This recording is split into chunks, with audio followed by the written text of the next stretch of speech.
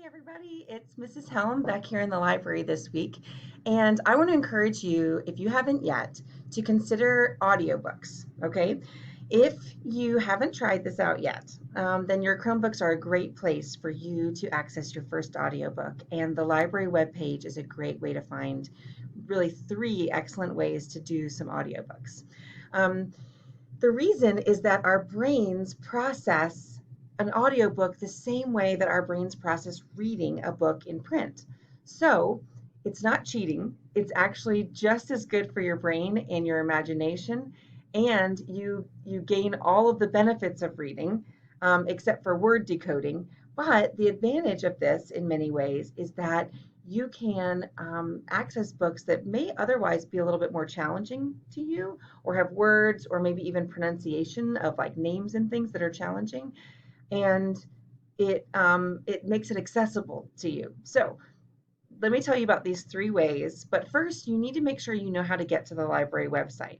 If you go to um, there's a couple ways. One is you guys usually have access to my Bitmoji classroom, and so let's look at that really briefly, and I'll just show you that down here in the bottom I've added a little button that says library website right here. And so when you click on that, it'll take you to the library website. And I've also linked the library website, or put the address here in the library classroom page. So those are two ways to get to it. But once you get to that library classroom, excuse me, once you get to the website, you can scroll down, and you're going to go all the way down here to the other library resources. And there are three here that I want you to be aware of. The first one is Hoopla, okay? So when we click on Hoopla, we come to a page that is brought to you by the Lynchburg Public Library. So I'm already logged in, but it will usually throw out something that says you need to log in. So the way this works is, if you don't have a library card, you need one. It's super easy. I've made another video for you to see how to get a library card online just from your computer, and it will send it to your email. Um, so watch that video if you don't know how. Otherwise, you can just take your physical library card, like if you have one already, and when you log in, it just asks you to enter some information, including your library card, and it will bring you up to this page in Hoopla, and then it will remember you on your Chromebook each time.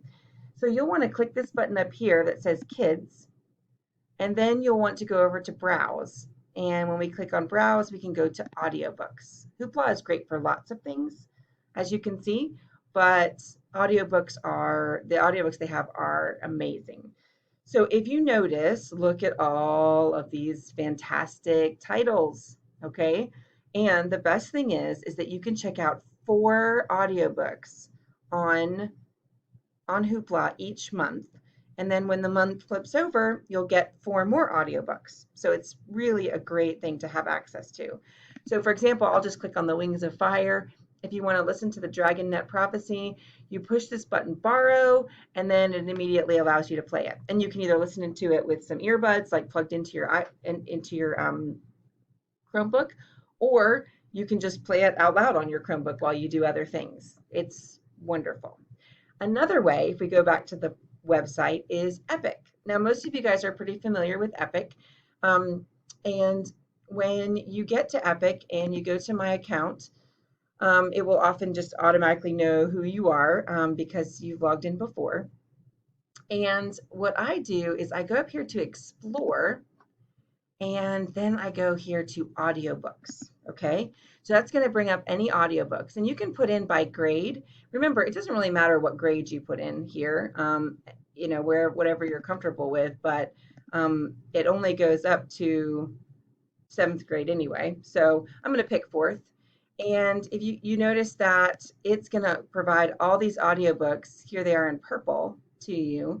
And so you can click on these, and in the same way, some of them are the same titles and some of them are different.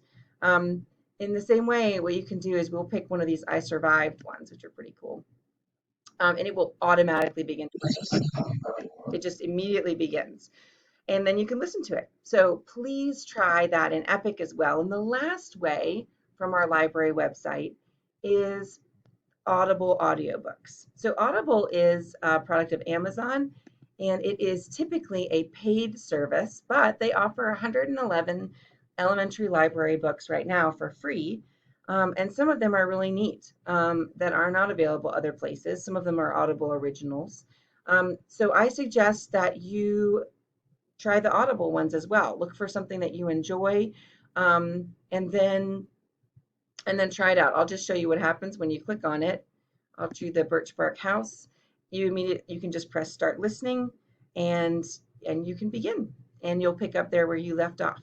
So the thing is that audiobooks are sometimes done by a reader, or mostly done by readers, which some of them you might like and some of them you might not like as much. And so when that happens, just remember, try it. Try it for maybe like a little bit, like a chapter. If you still don't really like the reader, then just ditch it. It's okay. Try another one. The other way that audiobooks are recorded is in full cast, which means that they have a whole bunch of different actors playing the different parts, which maybe you'll find that you like that better.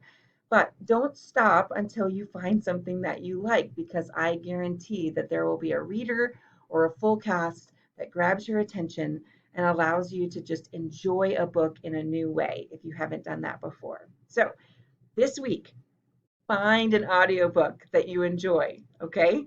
And I'd love to hear about it. So you can either in classroom or in any other format, contact me, and I would love to hear more about the audiobooks that you enjoy.